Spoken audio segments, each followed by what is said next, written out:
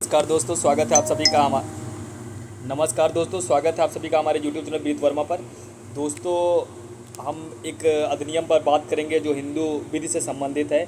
और ये अधिनियम जो है हिंदू दत्तक ग्रहण और भरण पोषण अधिनियम 1956 है।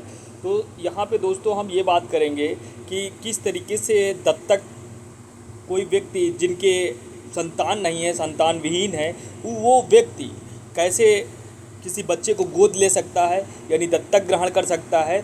और उसके साथ हम इसमें भरण पोषण के बारे में भी बात करेंगे। भरण पोषण की बात हम जो सीआरपीसी में जो प्रोविज़न है, जो चैप्टर नंबर उसके 9 में बात की गई है, सेक्शन 125 से 128 तक, वहाँ पे भी जो प्रोविज़न है उसके बारे में भी हम आपको बताएंगे। और उसके साथ इस एक्ट में जहाँ पे प्रावधान किया गया है उसके बारे में भी बात करेंगे। तो ये एक्ट है 1956 का और ये संबंधित है हिंदू विधि से संबंधित है, यानी व्यक्तिगत विधि से संबंधित, यानी पर्सनल लॉ से ये संबंधित विधि है। तो दोस्तों, इस वीडियो की शुरुआत करने से पहले इस पूरे एक्ट पे एक हमने कोटेशन बना के रखी है कि वास्तव में ये एक्ट हम पढ़ते क्यों हैं और ये क्यों ज़रूरी है। तो ये सब आप सभी के स्क्रीन पे एक कोटेशन दिख रही होगी जो बात करती है कि दत्तक एक ऐसा धर्म संस्कार है। दत्तक क्या है? दत्तक एक ऐसा धर्म संस्कार है जो संतानहीनता की वेदना को अधिकार देता है। मतलब एक ऐसा धर्म संस्कार है जिस व्यक्ति के पास संतान नहीं है, उस संतानहीनता की वेदना को अधिकार प्रदान करता है और अपनत्व और उत्तराधिकार की गरिमा में बदल देता है। यानी उसमें अपनत्व का भावना आ जाता है और उसके साथ वो उत्तराधिकार का भी अधिकार प्राप्त कर लेता है। और ये बात करता है हिंदू दत्तक ग्रहण अधिनियम 1956। न केवल एक विधिक प्रावधान है बल्कि एक भारतीय समाज की उस सहृदयता का प्रतीक है जो खून से नहीं, भावनाओं से रिश्ते बनते हैं। यानी दत्तक ग्रहण में जब बच्चे को कोई व्यक्ति गोद लेता है, वो खून का रिश्ता नहीं होता है, वो हमारी भावनाओं का रिश्ता होता है। और हमें किसी व्यक्ति का जो बच्चा है हम अडॉप्ट करते हैं तो पूरी भावनाओं के साथ रखते हैं और उसके साथ हम खून का भी रिश्ता से उसके साथ मानने लगते हैं। इसका एग्जाम्पल आप देखेंगे कि देवकी के पुत्र को किस तरीके से यशोदा की माँ ने पाला था और अपना बालक माना था। तो इसी तरीके से हमारे यहाँ जो देश में, समाज में जो ये प्रावधान आया, ये यहीं से निकल के आया। एक कॉन्सेप्ट ये यहीं से निकल आया कि जो व्यक्ति संतान विहीन है उनको जो वेदना, जो दर्द समाज और अपने आप में जो होती है, उस वेदना को कम करा जा सके, उसके लिए इस एक्ट का प्रावधान किया गया है और हिंदू दत्तक ग्रहण अधिनियम 1956 संसद के द्वारा पारित किया गया। तो दोस्तों, इस बात को शुरुआत करने के बाद हम बात करेंगे कि पूरे अधिनियम पर। तो अधिनियम की शुरुआत हम करेंगे और अधिनियम की सबसे पहले हम बात करेंगे कि इस अधिनियम का नाम क्या है। तो हिंदू दत्तक और भरण पोषण अधिनियम 1956, इसका नाम क्या है?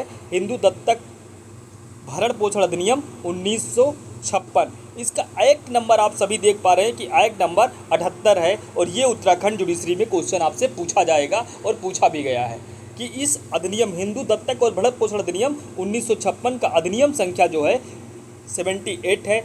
और ये 21 दिसंबर 1956 को राष्ट्रपति महोदय की इस पर सहमत मिली थी। किस डेट को? 21 दिसंबर 1956 को।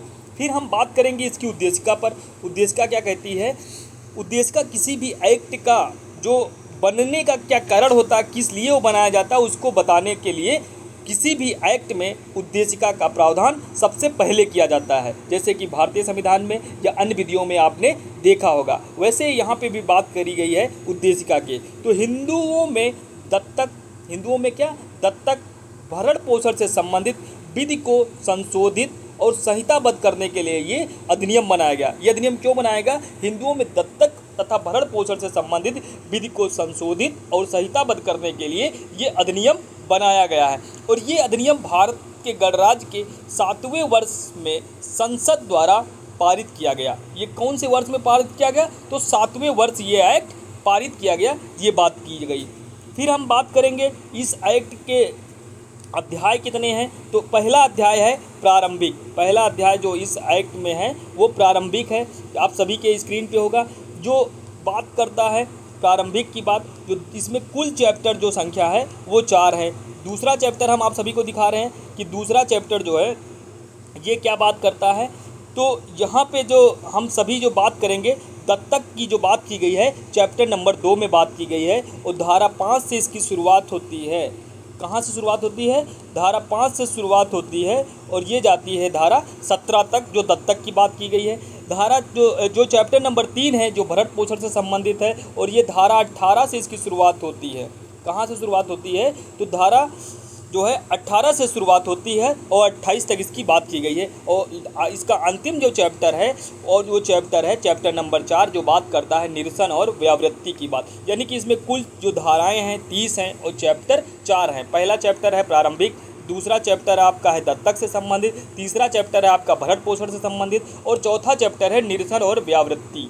तो ये आपका रहा पूरा चैप्टर और कुल धाराएं। जो भी क्वेश्चन ये भी क्वेश्चन आपसे पूछा जाता है ये भी आपको याद रखना होगा। फिर हम अब बात करेंगे इसकी धारा 1 पे। आप सभी की स्क्रीन पे धारा 1 आप सभी को दिख रही होगी कि धारा 1 क्या कहती है। बात करते हैं धारा 1 किसकी? संक्षिप्त नाम और विस्तार की बात करती है। यह अधिनियम हिंदू दत्तक और भरण पोषण अधिनियम 1956 कहा जाएगा। तो इसका नाम क्या दिया गया है? हिंदू दत्तक भरण पोषण अधिनियम 1956।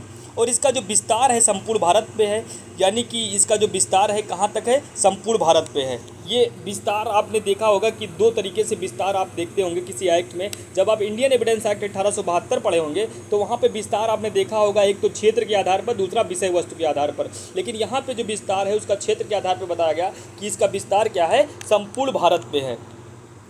और अगला जो इसकी जो धारा है धारा 2 अधिनियम का लागू होना, यानी यह अधिनियम किन पे लागू होगा? तो जब आप हिंदू मैरिज एक्ट की सेक्शन 2 पढ़े होंगे वैसी ही बातें यहाँ पे भी की गई हैं और वैसा ही जो व्यक्ति हिंदू है उन्हीं के ऊपर ये हिंदू अधिनियम, ये जो दत्तक अधिनियम क्या है? लागू होगा। तो बात कर देखते हैं धारा 2 क्या बात करती है। धारा 2 बात करती है आपकी अधिनियम का लागू होना। अधिनियम का लागू होना ये बात करती है। तो यह अधिनियम लागू होगा, किस पे लागू होगा? ए में क्या बात करते हैं कि ऐसे किसी भी हिंदू का जो हिंदू धर्म के किसी भी रूप विकास के अनुसार जिसके अंतर्गत वीर शैव लिंगायत ब्रह्म समाज प्रार्थना समाज और आर्य समाज के अनुयायी भी आते हैं। मतलब वीर शैव लिंगायत और ब्रह्म समाज और प्रार्थना समाज या आर्य समाज के अनुयायी होंगे वो हिंदू होंगे। दूसरा है कि किसी भी व्यक्ति को जो धर्मता बौद्ध जैन सिख हैं, 3 चीज़ें हैं, अगर वो धर्मता बौद्ध होगा, जैन होगा, सिख होगा तब भी वो ये एक्ट लागू होगा।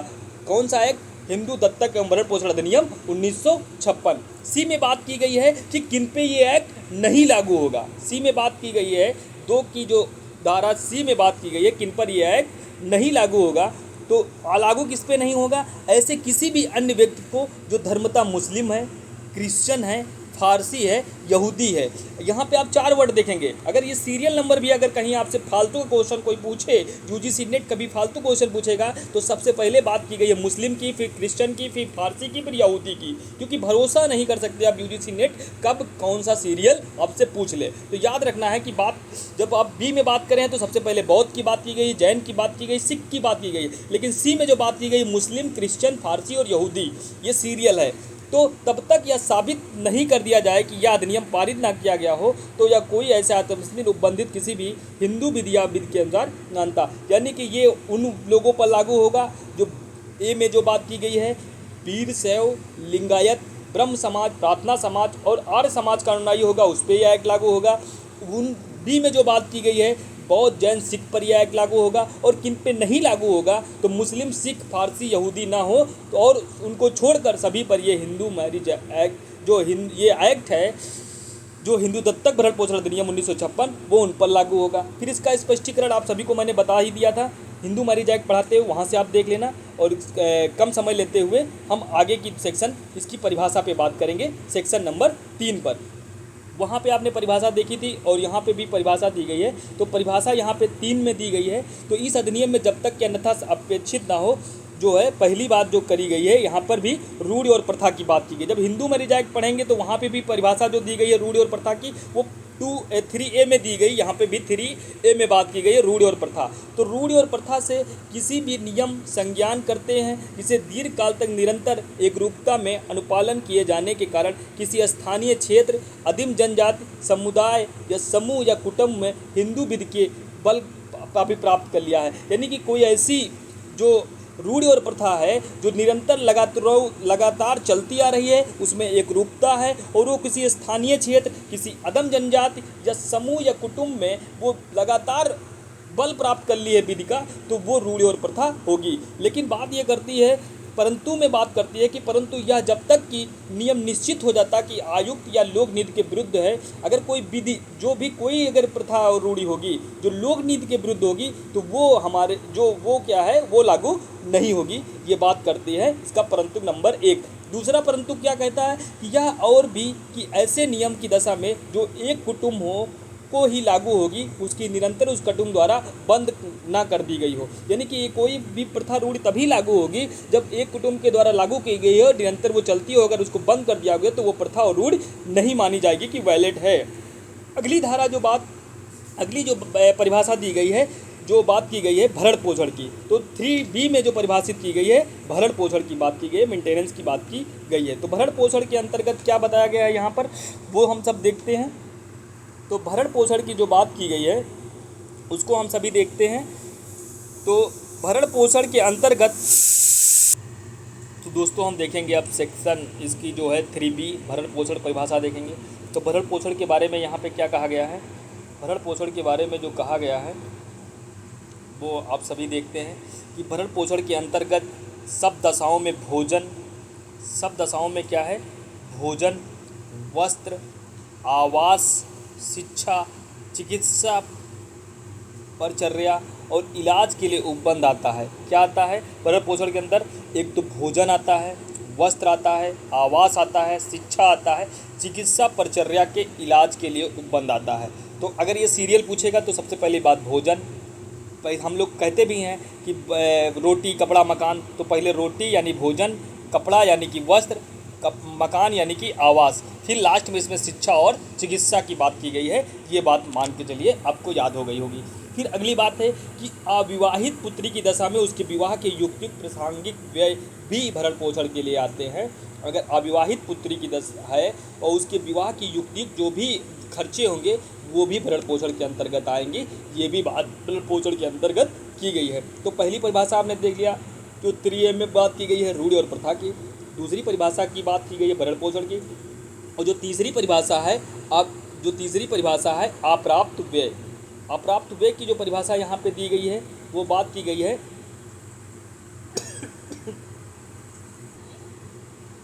तो अप्राप्त व्यय से वह व्यक्ति अभिप्रेत है जिसने अपनी 18 वर्ष की आयु पूरी नहीं की गई है। तो आपने इस पर 3 परिभाषाएं केवल दी गई हैं, तीनों परिभाषा आपको याद हो गई होंगी। पहली परिभाषा रूढ़ि और प्रथा की दी गई है 3A में, 3B में आपने देखा भरण पोषण की बात की गई है और 3C में जो बात की गई है अप्राप्त व्यय की बात की गई। अप्राप्त व्यय में आपको देखना है जो आयु की बात की गई है वो 18 वर्ष, यानी कि आपको 18 वर्ष यहाँ पर याद कर लेना है कि जो आयु की बात है 18 वर्ष जो पूरी ना की वो अप्राप्त व्यय है। फिर जो चौथी सेक्शन में बात की गई अधिनियम का अध्यारोही प्रवाह की प्रभाव किस पे नहीं पड़ेगा उसके बारे में बात की गई है। तो ये देख लेते हैं, धारा एक बार पढ़ लेते हैं हम लोग। यहाँ पे बात की गई है कि हिंदू विधि का कोई ऐसा शास्त्र, वाक्य, नियम या निर्वचन या उस विधि का भाग के रूप में रूढ़ि या प्रथा जो कि इस अधिनियम के प्रारंभ होने में से अभिव्यक्ति पूर्व प्रवृत्त रही है, तो ऐसी किसी भी विषय के बारे में जिसके लिए इस अधिनियम में उपबंध किया गया है प्रभावहीन हो जाएगा। यानी कि जो भी बातें किसी मतलब शास्त्र में कही गई हों, रूढ़ि और प्रथा में कही गई होंगी, तो जिस दिन ये अधिनियम लागू हो गया है, उपबंध लागू हो गया है, प्रभावहीन हो जाएगी, ये बात कहेगी। फिर आप कहते हैं इस अधिनियम के प्रारंभ से अविवाहित पूर्व से प्रवृत्त किसी भी अन्य विधि में हिंदू को लागू होने वाला वहाँ तक बंद हो जाएगा जहाँ तक इस अधिनियम में अंतरिम बंधों का असंगत है। यानी कि इस अधिनियम से जो भी बातें असंगत होंगी, पहले से अगर कोई विधि में लागू हुआ भी है तो वो सारी बातें असंगत हो जाएंगी। यानी कि ये धारा बात करती है कि कैसे ये अधिनियम का जो है प्रभाव रखेगा और कैसे जो पहले की बातें थी उनको प्रभावहीन कर देगा, ये बात करती है धारा 4। फिर चैप्टर नंबर 2 जो दत्तक की बात करते हैं, जो गोद लेने की बात करते हैं, तो चैप्टर नंबर 2 जो आपकी मैंने बताया था कि धारा 5 से शुरू हुई है 17 तक है। तो सबसे पहले ये भी हम लोग याद कर लें कि कहाँ से कहाँ तक के बात की गई है, प्रावधान कहाँ से कहाँ तक है। तो 5 से धारा 17 तक के जो है इसका प्रावधान किया गया है दत्तक के बारे में। तो दत्तक की बारे में जो बात की गई है, तो सबसे पहली जो इसमें जो बात की गया गया इस चैप्टर में धारा 5 में, धारा 5 क्या कहती है कि दत्तक इस अध्याय द्वारा विनियमित होंगे, यानी कि जो दत्तक जो भी उसके संबंधित जो भी जिस तरीके से उस पर लागू होगी, विनियमन होगा, वो होगा इस चैप्टर के अनुसार। तो इस अध्याय द्वारा विनियमित होंगे।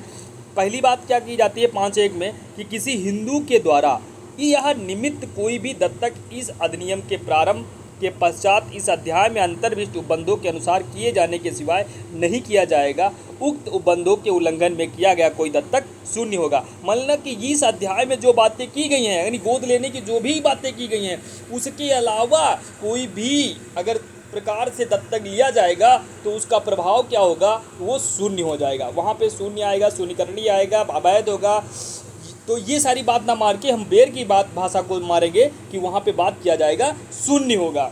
अगली बात जो 5.2 में कही गई है कि किसी ऐसे दत्तक से जो शून्य, ना तो दत्तक कुटुंब में किसी भी व्यक्ति के पक्ष में किसी ऐसे अधिकार का सृजन होगा जिसे वह दत्तक के कारण अर्जित करने के सिवाय अर्जित नहीं कर सकता है, ना किसी अभिव्यक्ति के अधिकार को नष्ट होंगे जो उसके जन्म के पूर्व कुटुंब से हैं। यानी कि ये सारी बातें आपको पता हो गई कि क्या क्या इस बारे में बात की गई। तो 5.1 आपने देख लिया, 5.2 देख लिया। अब इसकी अगली जो धारा बात करेंगे हम धारा 6 में, कि धारा 6 में क्या प्रावधान है उसको देखते हैं। धारा 6 में बात की गई है कि विद्यमान दत्तक संबंधी अपेक्षाएं, यानी कब विद्यमान दत्तक होगा, कब जब किसी बच्चे को आप गोद लेंगे कब वो विद्यमान होगा, इसकी बारे में अपेक्षाएं क्या हैं, वो बात कहाँ पे की गई है, धारा 6 में बात की गई है। तो कहते हैं कोई भी दत्तक विद्यमान नहीं होगा जब तक कि, मतलब कोई दत्तक कब तक विद्यमान नहीं होगा उसके बारे में बात करती है धारा 6। पहली बात क्या करती है धारा 6 का 1 क्या कहता है कि दत्तक लेने वाला व्यक्ति दत्तक लेने की सामर्थ्य रखता हो, यानी कि क्षमता रखता हो। जो लोग गोद ले रहे हैं किसी बच्चे को, तो गोद लेने के लिए उसकी भी क्षमता होनी चाहिए, बात करती है धारा 6.1। फिर 6 की जो 2 क्या कहती है कि दत्तक देने वाला व्यक्ति ऐसा करने की सामर्थ्य ना रखता हो, दत्तक देने वाला व्यक्ति ऐसा करने का सामर्थ्य ना रखता हो तब भी दत्तक नहीं विद्यमान होगा। दत्तक व्यक्ति दत्तक में लिए जाने योग्य होना चाहिए, यानी जिसका दत्तक लिया जा रहा है वो दत्तक लेने योग्य होना चाहिए, यानी वो 18 साल के ऊपर की आयु का होना चाहिए। पहली बात कहा कि जो लेने जा रहा है वो योग्य होना चाहिए, दूसरा वो व्यक्ति जो देने जा रहा है वो भी योग्य होना चाहिए, तीसरा जिसका लिया जा रहा है वो भी योग्य होना चाहिए। ये बात करती है धारा 6.1, 2 और 3। फिर धारा जो 6.4 क्या कहती है, इस दत्तक इस अध्याय में वर्णित अन्य शर्तों के अनुवर्त में ही किया जाएगा, यानी कि अगर कोई सपोर्ट में इस धारा की बात करता है तो इस पूरे एक्ट में जो भी शर्तें दी गई होंगी, इस अध्याय में जो भी शर्तें दी गई होंगी उन शर्तों को पूरा करके ही कोई दत्तक लिया जाएगा। ये बात कही गई धारा 6 में कि विधिक दत्तक संबंधित अपेक्षाएं क्या हैं। ये सभी को क्लियर हो गया होगा, यस या नो। चलिए अगली हम धारा में बात करते हैं धारा 7। धारा 7 क्या कहता है इसके बारे में हम देखते हैं। बहुत छोटा एक्ट है, बहुत सारी बातें हैं जो एकदम सिंपल वे में हम समझेंगे, साधारण बातें हैं और उनको हम एक एक करके देखेंगे। तो धारा 7 क्या कहती है कि हिंदू पुरुष की दत्तक लेने की सामर्थ्य, यानी हिंदू जो पुरुष होगा वो दत्तक लेगा, उसकी क्षमता क्या होगी, उसकी सामर्थ्य क्या होगी, उसकी बात कहाँ पे बात की गई है धारा 7 में। धारा 7 में किसकी बात की गई है, हिंदू पुरुष की दत्तक लेने की सामर्थ्य। आप इस हेडिंग से समझेंगे वास्तव में कि जब हिंदू पुरुष की बात आई, यानी कि अगली कोई धारा होगी जिसमें नारी की बात होगी कि महिला कौन होगी जो दत्तक लेने की सामर्थ्य रखती है। तो पुरुष की बात 7 में की गई है और महिला को बताया गया 8 में। हिंदू नारी को दत्तक लेने की जो क्षमता है, सामर्थ्य है, वो 8 में बात की गई है, लेकिन 7 में हिंदू पुरुष की बात की गई है। यानी दोनों जो सामर्थ्य की बात करती हैं धारा 7 और 8 में, पुरुष की 7 और नारी की बात की गई है 8 में। एक एक बात याद रखना है, हम रटाने की कोशिश कर रहे हैं कि आप रट भी जाएं। मेरी क्लास करिए, वहीं से आपको चीज़ें याद हो जाएं। तो 7 में क्या बात की गई है, किसी भी हिंदू पुरुष को जो स्वस्थचित्त हो, पहली कंडीशन क्या है, स्वस्थचित्त हो और अपर्याप्त ना हो या सामर्थ्य हो, वह पुत्री और पुत्र को दत्तक ले सकता है। यानी कि कोई भी व्यक्ति जो हिंदू हो, पुरुष हो, स्वस्थ चित्त हो, अपर्याप्त व्यय ना हो, सामर्थ्य होगी उसके अंदर, वह पुत्र और पुत्री को दत्तक ले सकता है। लेकिन परंतु लग जाता है, परंतु लगता है तो उसका भी हम देखते हैं कि परंतु यदि अपनी जीवित पत्नी जीवित हो, जब तक कि पत्नी पूर्ण और अंतिम रूप से संसार का त्याग ना कर चुकी हो, वह हिंदू न रह गई हो।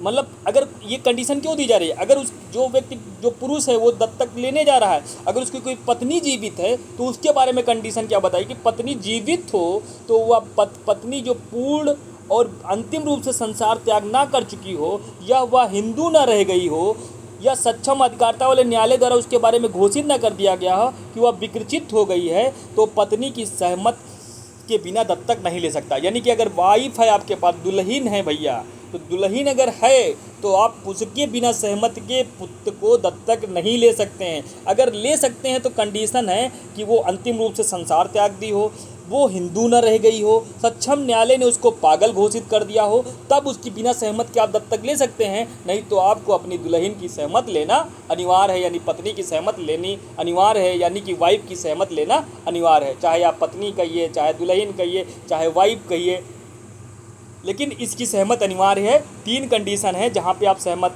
नहीं भी लेते हैं, वो 3 है कि अंतिम रूप से वो संसार त्याग की गई हो, सक्षम न्यायालय ने उसे विकृचित घोषित कर दिया हो, या वो हिंदू नहीं रह गई है, तब उसकी सहमत लेने की ज़रूरत नहीं है। ये बात की गई है परंतु में। स्पष्टीकरण क्या कहता है ये भी देख लेते हैं कि यदि किसी व्यक्ति की एक से अधिक पत्नियां दत्तक के समय जीवित हों, तब वह पूर्ववर्ती परंतु में विनिर्दिष्ट कारणों से किसी के लिए उनमें से किसी की सम्मत अनावश्यक ना हो, सब पत्नियों की सम्मत आवश्यक है। अगर उनकी एक से अधिक पत्नियां हैं तो सब पत्नियों की सम्मत आवश्यक होगी, ये बात कहती है स्पष्टीकरण। फिर अब ये हो गई बात पुरुष की। अब फिर हम बात करेंगे जो है नारी की। नारी की बात करेंगे, और नारी की बात कहाँ पे की गई है, तो हिंदू नारी को दत्तक लेने की सामर्थ्य जो क्षमता की बात की गई है, धारा कहाँ पे बात की गई, धारा 8 में बात की गई है। कोई भी नारी जो स्वस्थचित है, अप्राप्त वे नहीं है, पुत्र या पुत्री को दत्तक लेने के लिए सामर्थ्य रखती है, क्षमता रखती है। और ये प्रोविज़न जो जोड़ा गया है 2010 की अधिनियम संख्या 3 के द्वारा ये धारा प्रस्थापित की गई है, ये भी याद रखना है आप सभी को। फिर हम बात करेंगे, यहाँ पे भी परंतु की बात की जाएगी, उसके बारे में बात। देखो लैंग्वेज वही है, बस आपको वर्ड चेंज हुआ है, हिंदू नारी। तो अगली जो बात परंतु में क्या कहा गया है कि परंतु यदि उसका पति जीवित है तो वह अपने पति की सहमत के सिवाय किसी पुत्र या पुत्री को तब तक दत्तक नहीं करेगी जब तक वह पति पूर्ण रूप से अंतिम रूप से संसार का त्याग न कर चुका हो, हिंदू न रह गया है, या सक्षम अधिकारिता वाले किसी न्यायालय ने उसके बारे में घोषित न कर दिया कि वह विकृचित हो गया है। तो वही कंडीशन जो पत्नी के लिए थे वही पति के लिए है। जब पत्नी मिलेगी तो पति के लिए वही कंडीशन है, वो तीनों चीज़ ना हो तब वो ले सकती है। तो यानी कि जब पति उसका जीवित है तो पति से सहमत लेना अनिवार्य है। तो आपने 2 धाराएं देख लिया, कौन कौन सी, सेक्शन जो है 7 और 8। अब अगली बात हम करेंगे दत्तक देने के लिए सक्षम कौन है। अभी लेने के लिए दोनों की बात कर रहे हैं, दत्तक लेना कौन चाह रहा था, पुरुष 7 में, पत्नी 8 में, और दत्तक देने के लिए जो सक्षम व्यक्ति कौन है, जो दत्तक देने जा रहा है, जो अपने बच्चे को गोद देने जा रहा है, जो भी व्यक्ति गोद देने जा रहा है उसकी बारे में बात धारा 9 में की गई है। कहाँ पे की गई है, धारा 9 में। देखो दोस्तों, गला फाड़ के हम पढ़ा रहे हैं तो इसका एक ही रीज़न है कि आप सभी का JRF का सपना पूरा हो, आप सभी के जुडिशरी का एग्ज़ाम निकले। और केवल अगर आप अपने हाथ भी ऐसे पढ़ सकते हैं तो आप पढ़ लीजिए, वीडियो देखने की कोई बहुत बड़ी ज़रूरत नहीं। लेकिन मैं यहाँ पे बताऊँगा आपको चीज़ें, जब सुनोगे तो चीज़ें याद होंगी, तो इसलिए देखना भी ज़रूरी है। धारा 9 क्या बात करती है, धारा 9 बात करती है अप्राप्त वे के पिता या माता या संरक्षक के सिवाय कोई भी व्यक्ति अपत्य को दत्तक देने के लिए सामर्थ्य नहीं रखता है। यानी कि ये जो बात करता है कि आपत्य के पिता यानी उसके बाप के अलावा या माता या संरक्षक के सिवा कोई भी व्यक्ति व्यक्ति को आपत्ति को दत्तक देने के लिए सामर्थ्य नहीं रखता है। यानी सामर्थ्य कौन रखता है, एक तो माता रखती है, पिता रखता है और संरक्षक, इसके अलावा कोई दत्तक को देने के लिए सामर्थ्य नहीं रखता है। ये धारा 9(1) में बताई गई बात। 9(2) में क्या बात करी जाती है कि उपधारा 4 के उपबंधों के अधीन रहते हुए पिता या माता को यदि जीवित है तो किसी भी पुत्र या पुत्री को दत्तक देने का समान अधिकार है। यानी उपधारा 4 में जो बातें की उसके अधीन रहते हुए क्या कर सकता है कि माता और पिता दोनों को दत्तक देने के लिए क्या है, समान अधिकार प्राप्त है। ये धारा 9(2) बताती है। परंतु ऐसा अधिकार का प्रयोग उनमें से किसी एक द्वारा अन्य की सहमति के सिवाय तब तक नहीं किया जाएगा जब तक कि उसमें से एक जो है पूर्ण और अंतिम रूप से संसार का त्याग ना कर चुका हो, या हिंदू ना रह गया हो, या सक्षम अधिकारता द्वारा उसको न्यायालय द्वारा घोषित ना कर दिया गया हो कि वो विकृचित है, तब तक के। तो वही कंडीशन है जो आपने अभी पढ़ा था। तो अगली बात हम करेंगे धारा 9(4) में। 9(4) में क्या बात की गई है कि जहाँ माता पिता दोनों मर चुके हैं और या अंतिम रूप से संसार त्याग दे चुके हों या आपत्ति को त्याग दिया हो चुके हों, तो सक्षम अधिकारता वाले किसी न्यायालय ने उसके बारे में यह घोषित कर दिया है कि वह विकृचित हो गए हैं, जहाँ की आपत्ति की जनकता ज्ञात ना हो, तो उस आपत्ति का संरक्षक न्यायालय को पूर्व अनुज्ञा से उस आपत्ति को किसी भी व्यक्ति को उसके अंतर्गत स्वयं वह संरक्षक भी दत्तक दे सकता है। यानी कि तीन बात की गई, यानी माता पिता दे सकता है, और धारा 9(4) में कह रहे हैं कि अगर उसका पिता नहीं है, मर चुका है, अंतिम रूप से संसार त्याग चुका है, या सक्षम न्यायालय द्वारा उसे पागल घोषित कर दिया गया है, तो न्यायालय की अनुज्ञा से ही आपत्ति को किसी संरक्षक के द्वारा क्या किया जा सकता है, दत्तक दिया जा सकता है। ये बात हो गई। फिर हम बात करेंगे इसकी धारा 9(5) में। 9(5) में क्या कहा गया है कि न्यायालय किसी संरक्षक को धारा 4 के अधीन अनुज्ञा देने के पूर्व इस बात को ध्यान में रखकर कि आपत्ति की आयु को और समझने की शक्ति कितनी है, दत्तक दिए जाने के समझ आपत्ति की इच्छा सम्यक विचार करके अपने बारे में समाधान कर लेगा कि दत्तक दिया जाना आपत्ति के लिए कल्याणकर होगा नहीं, और कि दत्तक देने के प्रतिफल स्वरूप कोई संप्रदाय या इनाम देने की किसी संदाय या इनाम के सिवाय, जैसा कि न्यायालय मंजूर करेगा, अनुज्ञा के लिए आवेदन करने वाले ने ना तो अप्राप्त किया हो और ना प्राप्त करने का करार किया हो, ना किसी व्यक्ति को आवेदन करने की किया हो। यानी कि ये बात यहाँ पे कहना चाह रहे हैं कि अगर जब न्यायालय किसी व्यक्ति को संरक्षक नियुक्त करेगा धारा 4 के अंतर्गत 9, तो वो क्या करेगा, देखेगा कि वास्तव में उसकी आयु क्या है, उसके समझने की क्षमता क्या है जिसको दत्तक दिया जा रहा है, और उसकी सभी चीज़ों पर विचार करने के बाद ही किसी भी व्यक्ति को संरक्षक नियुक्त करेगा। और नियुक्त करने के समक्ष ये भी देखेगा क्या कोई व्यक्ति जो दत्तक किसी व्यक्ति को कर रहा है, जो संरक्षक नियुक्त था, क्या किसी लालचवश, क्या किसी इनाम की वजह से उसको कर रहा है, तो ये भी सारी बातें देखकर ही किया जाएगा। ये बात कही गई है 9 के 5 में, धारा 9(5) में। धारा 9 की उपधारा 5 में ये बात की गई। फिर हम देखते हैं स्पष्टीकरण क्या कहा गया। स्पष्टीकरण में कहा गया है कि इस धारा के प्रयोजन के लिए, कौन सी धारा, यानी धारा 9 के प्रयोजन के लिए माता और पिता पदों के अंतर्गत दत्तक माता और दत्तक पिता नहीं आते हैं। यानी दत्तक पिता माता क्या हो सकते, दत्तक नहीं दे सकते। यानी माता पिता के अंतर्गत केवल और केवल कौन आते हैं, जो वास्तव में उसके जो जनक हैं, जिन्होंने जन्म दिया है। फिर बात करते हैं यहाँ पर संरक्षक से। संरक्षक से वह व्यक्ति, यानी कि माता पिता को क्लियर कर दिया है स्पष्टीकरण में। फिर अगले जो स्पष्टीकरण में क्लियर किया है संरक्षक को। संरक्षक से वह व्यक्ति प्रेत है जिसकी देख रेख में किसी आपत्ति का शरीर या शरीर और संपत्ति दोनों उसके अंतर्गत आते हैं। मतलब संरक्षक के अंतर्गत व्यक्ति का शरीर भी आती है, उसकी संपत्ति भी आती है, वो व्यक्ति संरक्षक के। आपत्ति के पिता या माता बिल द्वारा नियुक्त संरक्षक हैं। यानी कि आपत्ति के जो माता पिता होंगे वो बिल द्वारा संरक्षक भी हो सकते हैं, और किसी न्यायालय द्वारा नियुक्त घोषित संरक्षक भी होते हैं। यानी संरक्षक दो प्रकार से रखा जा सकता है। एक तो माता पिता ने वसीयत के द्वारा उसको क्या कर दिया हो, संरक्षक नियुक्त कर दिया हो, या न्यायालय द्वारा संरक्षक, वो भी व्यक्ति क्या कर सकता है, संरक्षक आपत्ति को दत्तक दे सकता है। तो यहाँ पे दो अधिकार है, एक तो माता पिता को भी बिल द्वारा संरक्षक नियुक्त किया गया और एक न्यायालय द्वारा। ये बात क्लियर हो गई। फिर यहाँ पे बात की गई है स्पष्टीकरण 2 में कि न्यायालय से ऐसा नगर सिविल न्यायालय या जिला न्यायालय प्रेत है जिसकी अधिकारिता की स्थानीय सीमाओं के अंदर दत्तक लिया जाने वाला आपत्ति मामूली तौर पर निवास करता है। यानी कि जो ये सब डिसाइड जो कोर्ट कर रहा है कि किस व्यक्ति को संरक्षक कैसे नियुक्त किया जाएगा, तो उसमें जो न्यायालय की बात आ रही है, तो न्यायालय को क्लियर करते हुए यहाँ पे बात की गई है कि ऐसा नगर सिविल न्यायालय या जिला न्यायालय प्रेत है जिसकी अधिकारिता की स्थानीय सीमा के अंदर दत्तक दिया जा रहा है मामूली तौर पे, वो है। तो ये सारी बातें आप सभी को क्लियर हो गई। तो धारा 9 बात कर रही थी, अभी 7 आपने बात किया था पुरुष के बारे में कि दत्तक कौन ले सकता है, नारी के बारे में 8, और 10 में जो हमने 9 में बात की कि कौन व्यक्ति कैसे दत्तक किसी व्यक्ति को दे सकता है, इस बारे में। अब हम बात करेंगे धारा 10 की। धारा 10 बात करता है व्यक्ति जो दत्तक लिया जा सकेगा। व्यक्ति जो दत्तक क्या है, लिया जा सकेगा। तो कोई भी व्यक्ति दत्तक लिए जाने योग्य ना होगा जब तक कि निम्नलिखित शर्तें ना पूरी हों। यानी कि कोई भी व्यक्ति दत्तक तभी लिया जा सकता है जब निम्न शर्तें पूरी करी जाएंगी। धारा 10 की पहली शर्त क्या है यहाँ पर?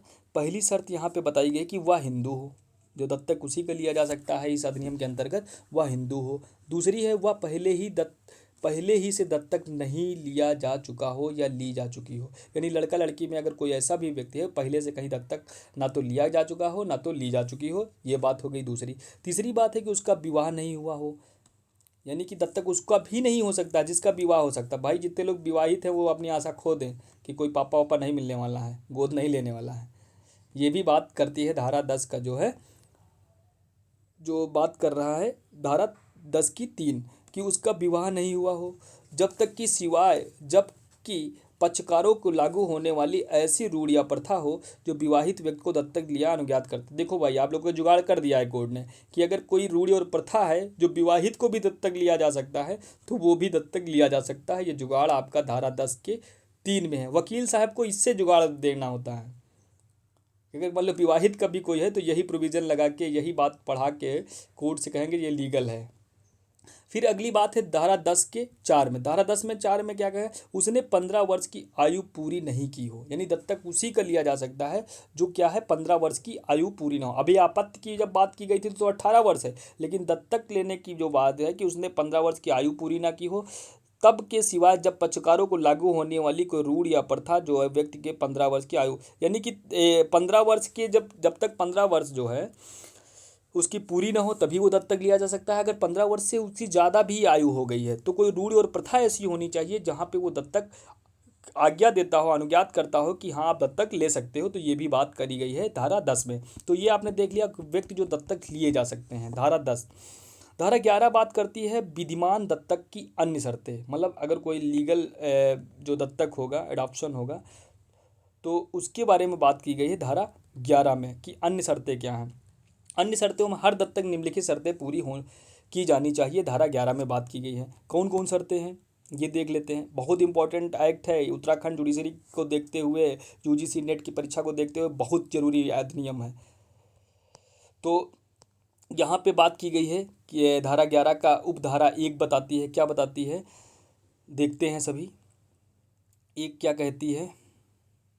ये कहती है कि यदि पुत्र का दत्तक है तो दत्तक लेने वाले पिता या माता जिसके लिए दत्तक लिया जा रहा है, क्या बात कर रही है कि यदि पुत्र का दत्तक है तो दत्तक लेने वाले पिता या माता जिसके द्वारा दत्तक लिया जा रहा है, कोई पुत्र क्या नहीं चाहिए, हिंदू पुत्र, पुत्री का पुत्र या पुत्र के पुत्र का पुत्र, चाहे धर्मज रक्त नातेदारी से हो या दत्तक से, दत्तक के समय जीवित नहीं होना चाहिए। पहली बात है कि जो लोग दत्तक ले रहे हैं उसके पिता या माता जिसके द्वारा दत्तक लिया जाए, कोई हिंदू पुत्र, मतलब कोई उसके पास पुत्र नहीं होना चाहिए, पुत्र का भी पुत्र नहीं होना चाहिए, यानी पुत्र और फिर पुत्र का पुत्र नहीं होना चाहिए, या पुत्र के पुत्र का पुत्र नहीं होना चाहिए। यानी एक तो हम मतलब अपना लड़का नहीं होना चाहिए, लड़के के लड़का अगर है तब भी नहीं ले सकते हैं, अगर लड़के के भी लड़का है तब भी आप क्या नहीं ले सकते हैं। ये बात कही गई। ये बहुत कठिन है, जितना मैंने आसानी से आपको बता दिया इसका मतलब ये नहीं कि आप समझ गए।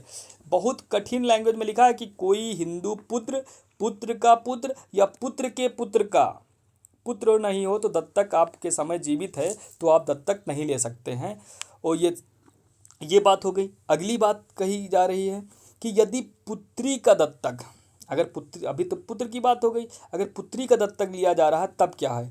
यदि पुत्री का दत्तक है तो दत्तक लेने वाले पिता या माता की जिसके द्वारा दत्तक लिया जाए, कोई हिंदू पुत्री या पुत्र की पुत्री, मतलब एक तो पुत्री किसकी, खुद की पुत्री होनी चाहिए, फिर पुत्र की पुत्री यानी लड़के की पुत्री, चाहे धर्मज रक्त नातेदारी से हो या दत्तक से हो, दत्तक के समय जीवित नहीं हो। यहाँ पे दो ही श्रेणी बताई गई। एक तो बताई गई है कि जिसके द्वारा दत्तक लिया जाए कोई हिंदू पुत्री हो, यानी कि उसकी खुद की बेटी ना हो, और पुत्र की पुत्री नहीं होनी चाहिए, यानी कि उसके लड़के की कोई पुत्री नहीं होनी चाहिए, तब वो दत्तक नहीं ले सकता। ये बात वहाँ पे आपने देखा था कि पुत्र के पुत्र का भी पुत्र अगर है तब भी, तो यहाँ पे 2 श्रेणी है, वहाँ पे 3। ये याद रखना है। देखिए इसी तरीके से जब कानून आप पढ़ोगे तब आप जो है महान आत्मा बन के कुछ कर पाओगे जीवन में। अगली बात है, तीसरी जो बात है हमने 11(3) में देखेंगे, यदि दत्तक किसी पुरुष का लिया जाना है तो दत्तक लिए जाने वाला व्यक्ति नारी, दत्तक पिता दत्तक किए जाने वाले की व्यक्ति की आयु से कम 21 वर्ष बड़ा होना चाहिए।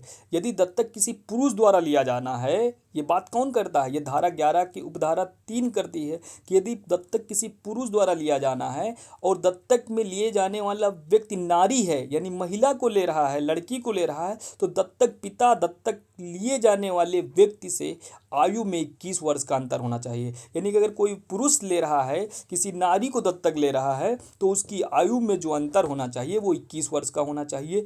ये बात अगर तुमसे डायरेक्ट कोई पूछ ले कहाँ पे की गई, तो 11(3) में की गई, एकदम आप लगा के आना। फिर अगली बात की गई है 11(4) में, यदि दत्तक किसी नारी द्वारा लिया जाना है, किसके द्वारा, नारी द्वारा लिया जाना है, तो दत्तक लिए जाने की व्यक्ति पुरुष है तो दत्तक माता दत्तक लिए जाने वाली आयु को 21 वर्ष होनी चाहिए। यानी कि 3 में बात करी गई है पुरुष, 21 वर्ष का अंतर होना चाहिए दत्तक लेने के समय, और नारी की बात की गई है 11(4) में जो 21 वर्ष की होनी चाहिए। क्लियर। तो वही आप फिर 4 में हम 5 में देखते हैं कि 11(5) में क्या बात की गई है कि वही आपत्ति एक साथ 2 या 2 से अधिक व्यक्ति को दत्तक नहीं ले सकता है। यानी आपत्ति क्या जो है एक साथ 2 या 2 से अधिक व्यक्तियों को दत्तक नहीं ले सकता, ये बात क्लियर कर दी गई है। फिर 6 में क्या बात की गई है 11 के, दत्तक लिया जाने वाला आपत्ति संपृक्त जनकों या संरक्षक द्वारा या उसके प्राधिकार के अधीन उप आपत्ति के कुटुंब से वह जन्मा हो अथवा परित्यक्त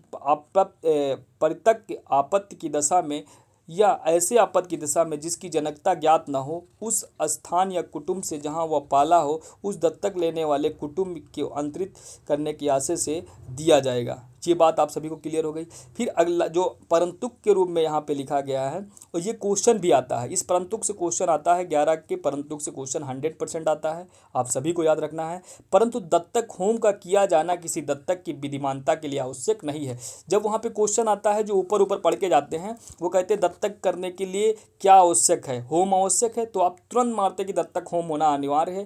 क्योंकि आपको लगता होगा कि जैसे कि हिंदू मैरिज जब एक्ट के अंतर्गत जब विवाह किया जाता है तो संस्कार में लकड़ी जला के साथ फेरे अनिवार्य हैं, इसी तरीके से आप लोग सोच लेते हैं कि दत्तक होम भी किया जाना जरूरी है। अरे भाई यहाँ पे कोई होम की ज़रूरत नहीं है, बच्चा गोद ले रहे हो, बच्चे की पोटी वोटी उठाओगे, ऐसे अपने आप होम हो जाएगा।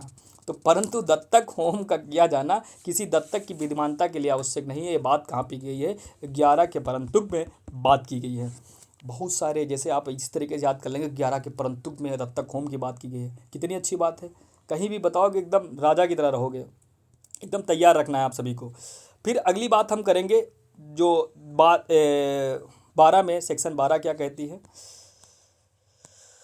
सेक्शन 12 क्या कहती है इसके बारे में देखेंगे। दत्तक की परिणाम, दत्तक के परिणाम क्या होते हैं उसके बारे में धारा 12 बात करती है। तो दत्तक आपत्ति दत्तक की तारीख से अपने माता पिता या माता का आपत्ति समस्त प्रयोजनों के लिए समझा जाएगा, और ऐसी तारीख से यह समझा जाएगा कि आपत्ति ने अपने जन्म के कुटुंब के साथ संबंध टूट गया है और उसका स्थान उन बंधनों ने ले लिया है जो दत्तक कुटुंब में। यानी कि ये बात कहना चाह रही है कि अगर आप दत्तक किसी व्यक्ति का ग्रहण हो जाता है किसी, तो जो पुराने वाले माता पिता थे उसके सारी चीज़ों से उस कुटुंब से सारे संबंध टूट जाते हैं, और जिसने उसका दत्तक लिया है वहाँ से उसकी चीज़ें जुड़ जाती हैं। लेकिन परंतु क्या कहता है कि वह आपत्ति जो आपत्ति है किसी ऐसे व्यक्ति से विवाह नहीं करेगा जिसके किसी वह अपने जन्म के कुटुंब से ही बना रहा या विवाह ना कर सकता था। यानी कि शादी की बात आएगी, जिस परिवार में आपका जन्म हुआ था दूसरे परिवार में आपको दत्तक ले लिया गया है,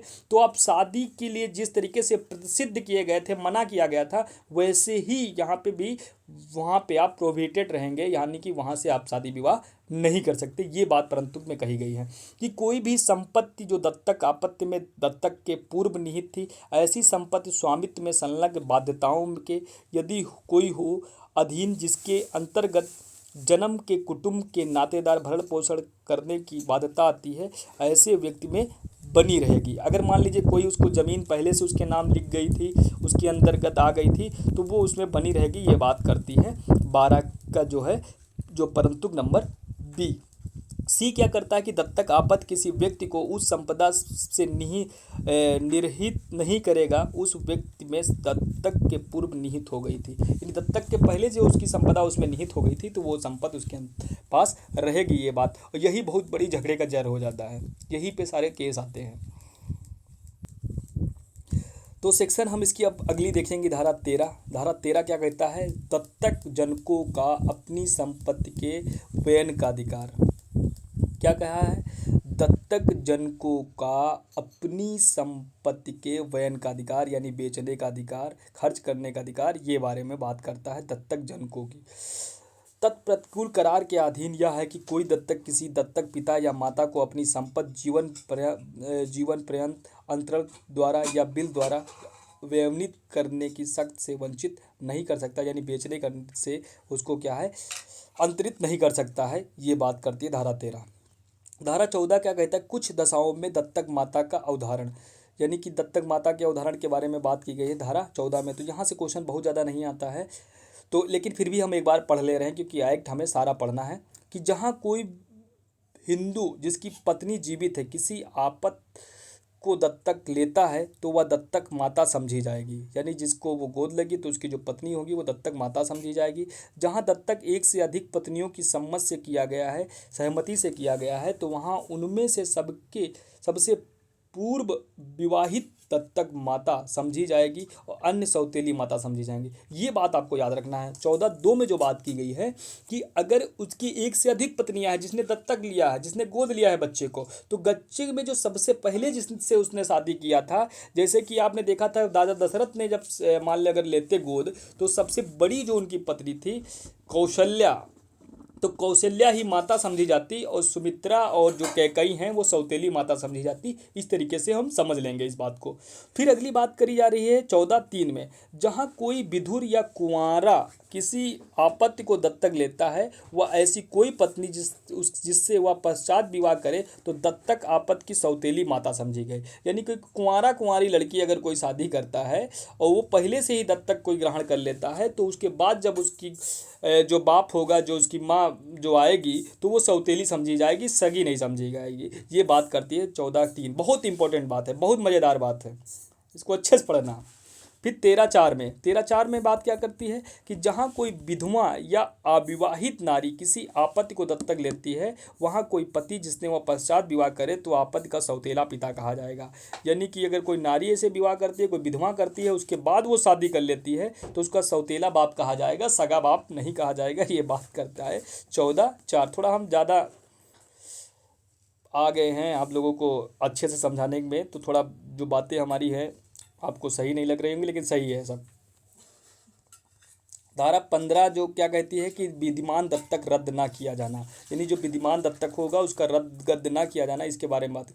कोई भी दत्तक जो विद्यमान किया गया है दत्तक पिता या माता द्वारा या किसी अन्य व्यक्ति द्वारा रद्द नहीं किया जा सकेगा, और न दत्तक आपत्ति अपनी ऐसी हैसियत का परित्याग कर सकेगा और न वह अपने कुटुंब में वापस जा सकेगा। ना तो उसको रद्द किया जा सकता है, अगर लड़का भी चाहे तो अपने कुटुंब में वापस नहीं जा सकता है। ये बारे में बात करती है धारा 15। धारा 16 क्या कहती है कि दत्तक से संबंधित रजिस्ट्री के दस्तावेजों के बारे में उदाहरणा।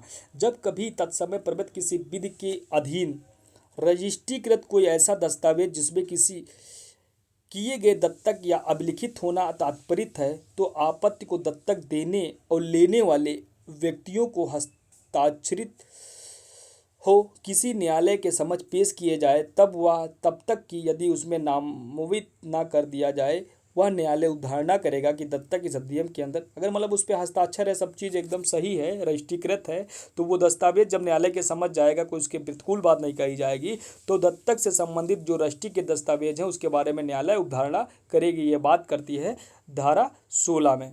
फिर अगली जो हमारी बात है, बात करेंगे हम धारा 17 की, जो अंतिम बात है इस दत्तक संबंधित से। धारा 17 कुछ संदायों का प्रतिषेध, मतलब कुछ जो संदाय हैं जो कुछ दिया जाएगा उसके बारे में प्रतिषेध की बात करता है। किसी व्यक्ति के दत्तक प्रतिफल स्वरूप कोई भी व्यक्ति कोई संदाय या अन्य इनाम ना तो प्राप्त करेगा और ना तो प्राप्त करने के लिए कोई करार करेगा, और ना ही कोई भी व्यक्ति किसी अन्य व्यक्ति को कोई ऐसा संदाय करेगा या इनाम देगा या करने या देने के लिए करार करेगा जिनका, मतलब ये एक तरीके से रोक लगाता है कि अगर कोई भी व्यक्ति जो दत्तक दे रहा है या ले रहा तो किसी भी तरीके की संपत्ति, सामान, पैसा वैसा लेन देन नहीं होगा। इस बारे में ये कानूनन प्रावधान किया गया है। 17(2) में बात की गई है कि यदि कोई भी व्यक्ति उपधारा 1 के उपबंधों का उल्लंघन करेगा तो वह ऐसा कारावास जो 6 मास तक का हो सकेगा या जुर्माने से दंडित। अगर ये सब कोई इनाम या संपत्ति कोई दत्तक देने या लेने के बाद अगर कोई एक दूसरे को देता है तो उसके लिए जो सजा का प्रावधान है वो 6 मास का है। कितना है? 6 मास तक का है। वो बात कहाँ की गई है? 17(2) में। इस धारा के अधीन कोई भी अभियोजन राज्य सरकार की या राज्य सरकार द्वारा तन्निमित कोई प्राधिकृत किसी अफसर की पूर्व मंजूरी के बिना संस्थित नहीं किया जाएगा। यानी कि जब भी कोई वाद इस धारा के अंतर्गत लाया जाएगा तो वो धारा के अंतर्गत वाद तभी लाया जाएगा जो राज्य सरकार द्वारा जो भी प्राधिकृत कोई अफसर होगा उसकी मंजूरी के बाद ही लाया जाएगा, अन्यथा नहीं लाया जाएगा। तो ये चैप्टर नंबर 2 आपका समाप्त हो गया जो दत्तक से संबंधित था। अब चैप्टर नंबर 3 में बात करेंगे भरण पोषण। जो भरण पोषण की बात हम करेंगे तो जो यहाँ से केवल और केवल मिलाने के लिए सेक्शन आती है कि भरण पोषण की बात कहाँ पे की गई। तो भरतनी का भरण पोषण की बात की गई है धारा 18 में। कहाँ पे बात की गई है? धारा 18 में पत्नी के भरण पोषण की बात की गई है। धारा 19 में विधवा पुत्रवधू का भरण पोषण की बात की गई है। और धारा जो 20 है उसमें आपत्ति और वृद्धजनों की भरण पोषण, यानी कि पहली बात करी गई है भरण पोषण की पत्नी की। 19 में बात की गई है विधवा पुत्रवधू का भरण पोषण। और 20 में बात की गई आपत्ति और अपने मम्मी पापा यानी वृद्धजनों के भरण पोषण की बात की गई। ये धारा मैचिंग करने के लिए आती है। आप 100% अगर मैचिंग ही पूछा जाता है तो यहाँ से याद कर लेना। तो चलो धारा हम भी एक बार पढ़ लेते हैं हम लोग। तो धारा में क्या है बात की गई है? धारा 19 पत्नी का भरण पोषण। इस धारा के उपबंधों के अधीन यह है कि हिंदू पत्नी चाहे वह इस अधिनियम के प्रारंभ के पूर्व या पश्चात विवाहित हो जीवन काल में अपने पति से भरण पोषण पाने की हकदार है। यानी कि यहाँ पे कितना लंबा समय दे दिया गया पत्नी को अधिकार, जीवन काल में अपने पति से भरण पोषण, पूरी जीवन भी जैसे कि तुम्हारा सर चटेगी वैसे भरण पोषण लेने का भी अधिकार विधायिका ने उसे पूरे जीवन दे रखा है। और ये कहती है कि ये जब अधिनियम लागू हुआ है तब या इससे पहले अधिनियम जब अधिनियम नहीं लागू उससे पहले भी अगर तुमसे शादी करके आई है भैया तो आपको भरण पोषण देना पड़ेगा और जीवन काल में अपने पति से भरण पोषण ले सकती है जब तक उसका जीवन है। ये बात कहाँ पे की गई है? 18(1) में। 18(2) में बात की गई है कि हिंदू पत्नी अपने भरण पोषण के दावे को संप्रत किए बिना अपने पति से पृथक रहने के लिए निम्नलिखित किसी भी दशा में हकदार होगी। यानी कि वो अलग भी रहने की हकदार होगी। किन दशाओं के बारे में बात की गई है? यदि उसका पति अभित्यजन अर्थात युक्त कारण के बिना, उसकी सम्मत के बिना या उसकी इच्छा के विरुद्ध या उसका त्याग कर दे या जानबूझकर कोई उपेक्षा करने का दोषी है। अगर वो उपेक्षा कर रहा है उसको त्याग दिया है तब जानबूझकर ये सब बातें करता है तो उस क्या है वो भरण पोषण पाने की अधिकारिणी है, पहली कंडीशन। दूसरी कंडीशन क्या है? यदि उसका पति उसके साथ ऐसी क्रूरता का व्यवहार करे जिससे उसके अपने मन में किसी बात की युक्त आशंका पैदा हो गया है कि उसके पति के साथ रहना अपमान कारक हो या क्षतिकारक, यानी कि पति इस तरीके से उसके साथ व्यवहार कर रहा है जिससे उसके साथ रहा नहीं जा सकता है। सीधी भाषा में आप बात करें, अगर उसके साथ रह नहीं सकती है तब भी वो क्या कर सकती है? भरण पोषण का अधिकार उसको प्राप्त हो जाएगा। फिर डी में बात की यदि उसके पति की कोई अन्य पत्नी जीवित है, अगर कोई दूसरी पत्नी रखती है, यानी कि जो राम लक्ष्मण भरत शत्रुघ्न की जो बात की उनकी जो राजा दशरथ की सारी पत्नियां हैं अगर उनके पास शादी से पहले से थी तो अगर वहाँ पे वो चाहते तो क्या कर सकते? तो उसकी सारी पत्नियां उससे अलग हो सकती थी दशरथ जी से और भरण पोषण की मांग कर सकती थी। इस तरीके से ये भी आप समझ सकते हैं। फिर हम बात करते हैं कि यदि उसका पति उसी गृह में किसी अपनी उसकी पत्नी निवास करती है, कोई उप पत्नी रखता है या उसकी उप पत्नी के साथ अन्य किसी स्थान में अभ्यासता निवास करता है, यानी कि वो दूसरी पत्नी रख सकता हो उसी निवास स्थान में कहीं पे रखता है तब भी उससे वो भरण पोषण मांग कर सकती है और अलग रहने के लिए मांग कर सकती है। यदि उसका पति कोई अन्य धर्म में परिवर्तित होने के कारण हिंदू नहीं रह गया तब भी भरण पोषण, अगर वो किसी अन्य धर्म में चला गया है हिंदू नहीं रह गया तब भी उससे भरण पोषण की मांग की जा सकती है। फिर अगली बात की गई है कि यदि उसके पृथक होकर रहने का कोई अन्य उचित न्यायोचित कारण है तब भी वो भरण पोषण की मांग कर सकती है। तो अगर इसका सीरियल नंबर पूछा जाएगा, कभी कभी यूजीसी नेट क्या करता है कि ये सारे आधार पूछ लेता है और आधार का सीरियल पूछ लेता है। तो सीरियल आपको याद रखना है। पहली बात है कि त्याग दिया हो पति, एक एक अक्षर याद करना है आपको, एक एक वर्ड त्याग दिया हो, पहली बात। दूसरी क्रूरता आपको देख लेना। तीसरी अगर उसका कोई अन्य पत्नी जीवित है वो। फिर चौथी बात आपको याद रखना है कि कोई अन्य पत्नी के साथ उपपत्नी रखता हो। जो अगली बात है कि अगर कोई अन्य धर्म में परिवर्तित हो गई हो और या उससे न्यायोचित कोई कारण हो तो ये आपके उसके आधार हो गए कि वो भरण पोषण की मांग कर सकती है। फिर हम बात करेंगे इसी धारा में 18 के 3 में। 18 3 क्या कहती है कि यदि हिंदू पत्नी अस्ती है या किसी अन्य धर्म में परिवर्तित होने के कारण हिंदू नहीं रह गई तो अपने पति से पृथक निवास करने और भरण पोषण करने की हकदार नहीं रहेगी। यानी पत्नी का एक कंडीशन है, पति को छुटकारा पाना है तो एक ही बचाव है कि अगर वो पत्नी हिंदू नहीं रह गई है, अगर वो किसी तरीके से गलत है, तब आप क्या करते हैं, भरण पोषण उसको नहीं देंगे। तो ये बात आपके फायदे के लिए है। पतिदेव क्या, कौन सी धारा, 18 3 की बात। फिर हम 19 में बात करेंगे। 19 में बात की गई है विधवा पुत्रवधू का भरण पोषण। विधवा पुत्रवधू के भरण पोषण की बात कहाँ पे की गई है, 19 में बात की गई है कि कोई हिंदू पत्नी चाहे वह इस अधिनियम के प्रारंभ से पूर्व या पश्चात विवाहित हो, अपने पति की मृत्यु के पश्चात अपने ससुर से भरण पोषण प्राप्त करने की हकदार होगी। ऐसे नहीं ससुर जी जेल जाते, सास जी जेल जाते हैं, सब प्रावधान ही ऐसे हैं विधायिका ने जो बना के रखा है कि कोई हिंदू पत्नी चाहे वह इस अधिनियम के प्रारंभ से पूर्व या पश्चात विवाहित हो, अपने पति की मृत्यु के पश्चात अपने ससुर से भरण पोषण प्राप्त करने की हकदार होगी, परंतु यह तब तक कि उस विस्तार तक जहाँ तक कि वह स्वयं अपने अर्जन से या अन्य संपत्ति के भरण से अपना भरण पोषण करने में असमर्थ हो, या उस दशा में जहां उसके पास अपनी स्वयं की कोई संपत्ति नहीं है, वह निम्नलिखित किसी से भी अपना भरण पोषण प्राप्त करने में असमर्थ है। यानी कि अगर ये तभी प्राप्त कर सकती है अपने ससुर से जब उसके पास कोई संपत्ति नहीं है, वो किसी तरीके से अपना अर्जन नहीं कर सकती, तब वो प्राप्त कर सकती है, अन्यथा नहीं। फिर भरण पोषण प्राप्त करने के असमर्थ हो, क्या होगा, वो अपने पति या अपने पिता या माता की संपदा से या अपने पुत्र या पुत्री से यदि कोई उसकी संपदा हो, इसके बारे में बात की गई है। फिर जो 19(2) में बात की, यदि ससुर के अपने कब्जे में की ऐसी सहिदायकी संपत्ति है जिसमें से पुत्रवधू को अंश अभिप्राप्त नहीं हुआ है, ससुर के लिए ऐसा करना साध्य नहीं है, तो उपधारा 1 के अधीन किसी बाध्यता का प्रवर्तन नहीं कराया जा सकता है और ऐसी बाध्यता को पुत्रवधू के पुनर्विवाह पर अंत हो जाएगा। यानी कि ससुर को जो देना है भरण पोषण, अगर पुत्रवधू विवाह कर लेती है तो ये अंत हो जाएगा। अगर वो सहिदायकी संपत्ति नहीं रखता है तब भी वो भरण पोषण देने के लिए बाध्य नहीं किया जा सकता है ससुर साहब, यानी ससुर साहब को ऐसे ही मिलेगा यहाँ पर। तो ये सारी बातें ससुर साहब के लिए थी कि कैसे अपनी पुत्रवधू को भरण पोषण देना है, कैसे नहीं देना है। फिर अगली बात हम करेंगे आपत्ति और वृद्धजनों का भरण पोषण। आपत्तियों और वृद्धजनों यानी छोटे मोटे जो बच्चे हमारे हैं जो अभी अपना भरण पोषण नहीं कर सकते उनके बारे में, और वृद्ध जो जनक हैं उनके बारे में बात करती है धारा 20। अभी आपने पत्नी के बारे में पढ़ा, फिर पुत्रवधू के बारे में पढ़ा, यानी 18 है पत्नी, 19 है पुत्रवधू और 20 है आपत्ति और वृद्धजनकों के बारे में।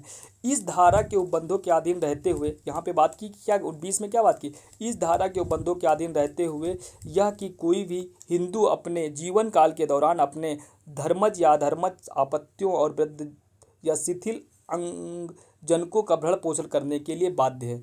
कौन बाध्य है, कोई भी हिंदू अपने जीवन काल के दौरान अपने धर्मज या अधर्मज यानी कि धर्मता कोई संतान है या अधर्मज कोई संतान है उसके लिए जो अभी अपना भरण पोषण नहीं कर सकती है, या वृद्ध या शिथिलांग जनकों का जो मतलब बहुत बूढ़े माता पिता हो गए हैं जिनके अंग शिथिल हो गए अपना भरण पोषण, उनके भरण पोषण करने के लिए क्या है यहाँ पर आबद्ध है यानी बाध्य हैं।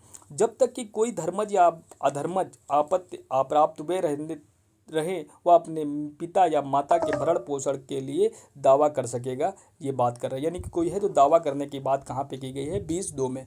किसी व्यक्ति को अपने वृद्ध या शिथिलांग जनकों या किसी पुत्री का जो अविवाहित हो भरण पोषण करने की बाध्यता का विस्तार वहाँ तक होगा जहाँ तक उसका अविवाहित पुत्री यथास्थिति स्वयं अपने उपार्जनों या अन्य संपत्ति का भरण पोषण करने में असमर्थ है, तो उसके बारे में बात धारा 20(3) में की गई है।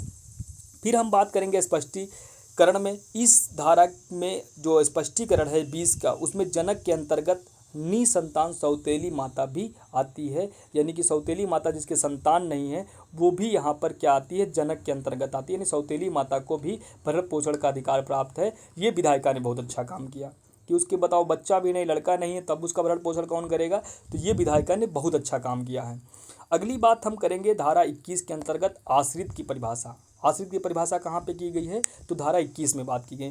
आश्रित के अंतर्गत कौन आता है, देखते हैं हम सभी। आश्रित में बात करते हैं, इस अध्याय के प्रयोजन के लिए आश्रित से मृतक के निम्नलिखित नातेदार आते हैं। एक तो उसका पिता, उसकी माता, उसकी विधवा जब तक कि पुनर्विवाह ना हो कर ले, वो आती है आश्रित के अंतर्गत।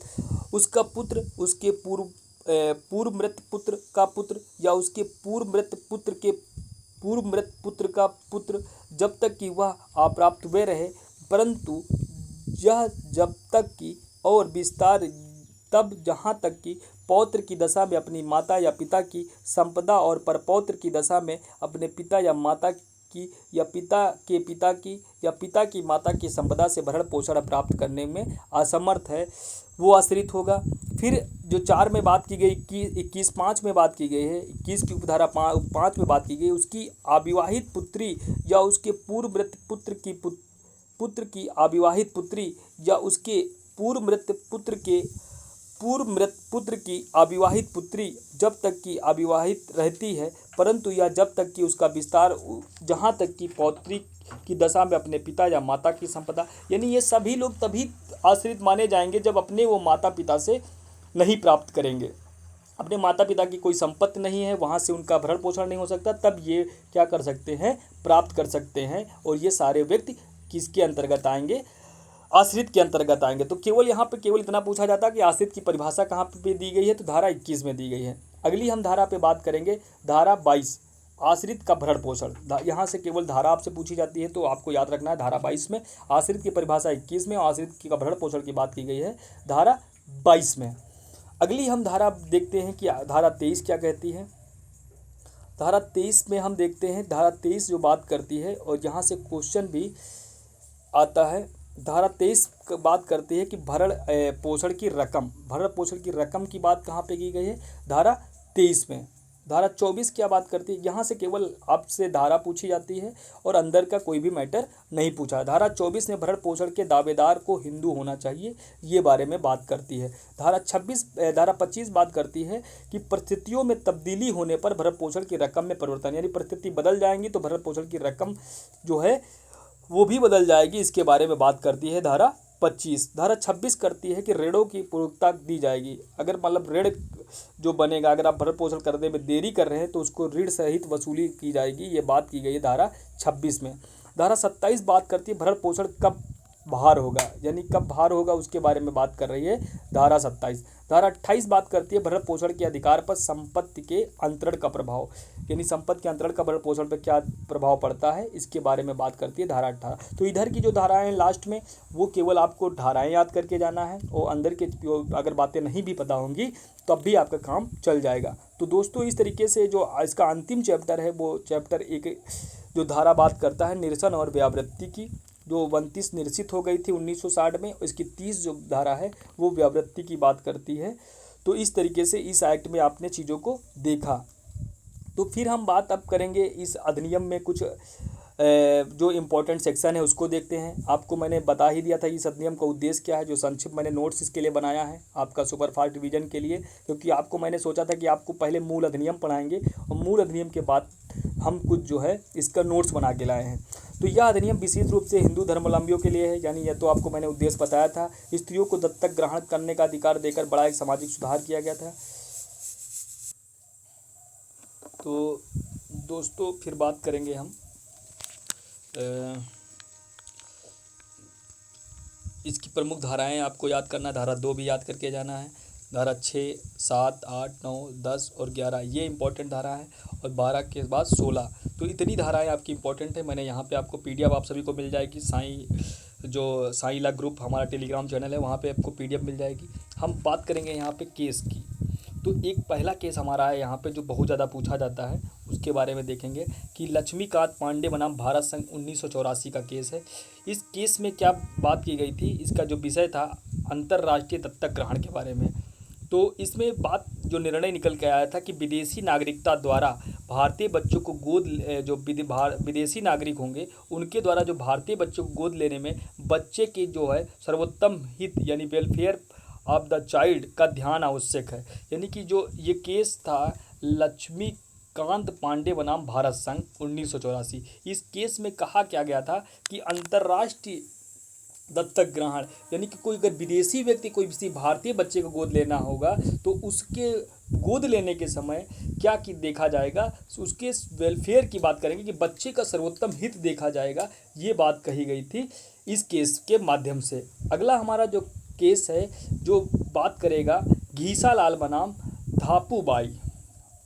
घीसालाल बनाम धापूबाई 2009 का केस है। इस केस का जो विषय था कि दत्तक ग्रहण की वैधता के लिए आवश्यक साक्ष्य और विधिपूर्ण प्रक्रिया के बारे में बात करता है और इसमें न्यायालय ने कहा कि एक मौखिक साक्ष्य पर्याप्त नहीं है, दत्तक की प्रक्रिया विधिसम्मत होनी चाहिए। यानी कि केवल मौखिक साक्ष्य दे देना दत्तक ग्रहण नहीं माना जाएगा। दत्तक के लिए जितनी भी प्रक्रिया बताई गई उस प्रक्रिया का पालन किया जाना जरूरी है, तभी वो विधि सम्मत होगी। और ये जो वाद है ये धारा 11 से जुड़ा हुआ मामला है। अगला हमारा केस है शबनम हाशमी बनाम भारत संघ 2014 का है। शबनम हाशमी बनाम भारत संघ, यह जो विषय था इससे जुड़ा था, क्या धर्म के आधार पर दत्तक ग्रहण को रोका जा सकता है। तो इसमें न्यायालय ने निर्णय दिया था कि धर्म के आधार पर भेदभाव नहीं हो सकता है और जो आपका जो जे अधिनियम था 2000 के अंतर्गत कोई भी नागरिक दत्तक ले सकता है, ये भी बात पूछी गई थी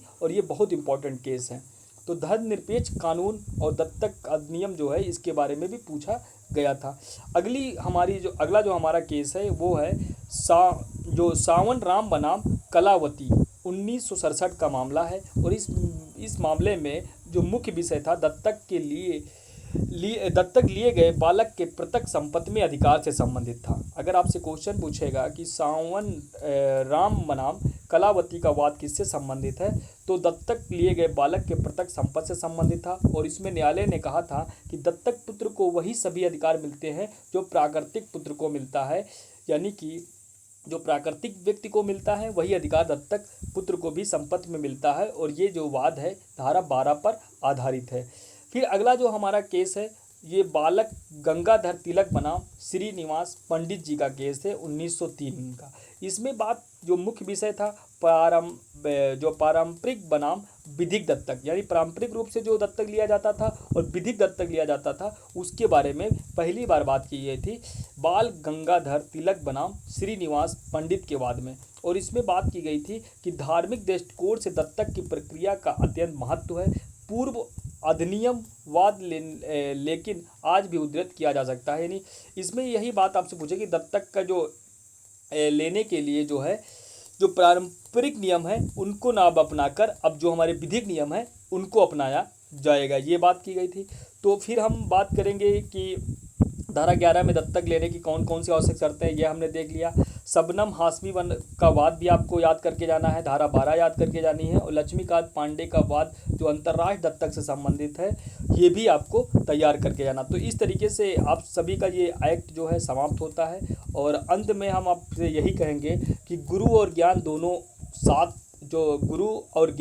साथ हों तो फिर कोई कठिनाई स्थायी नहीं रह जाती है। अगर आप गुरु के सानिध्य में हैं, गुरु के साथ पढ़ाई कर रहे हैं लग के और उसके साथ आप ज्ञान ले रहे हैं तो जीवन में आपके कोई भी कठिनाई जो है स्थायी रूप से रहना वाली नहीं है। आप आज अगर बेरोजगार हैं तो कल आप जज बनेंगे, कल आप असिस्टेंट प्रोफेसर बनेंगे और कल आप जीआरएफ का सपना पूरा करेंगे। लेकिन आपको ज़रूरी है आपके साथ गुरु और ज्ञान दोनों हों, तभी आप अपने जीवन का सपना पूरा कर पाएंगे। तो दोस्तों इन्हीं बातों के साथ हम अपना ये वीडियो समाप्त करते हैं। जय हिंद दोस्तों।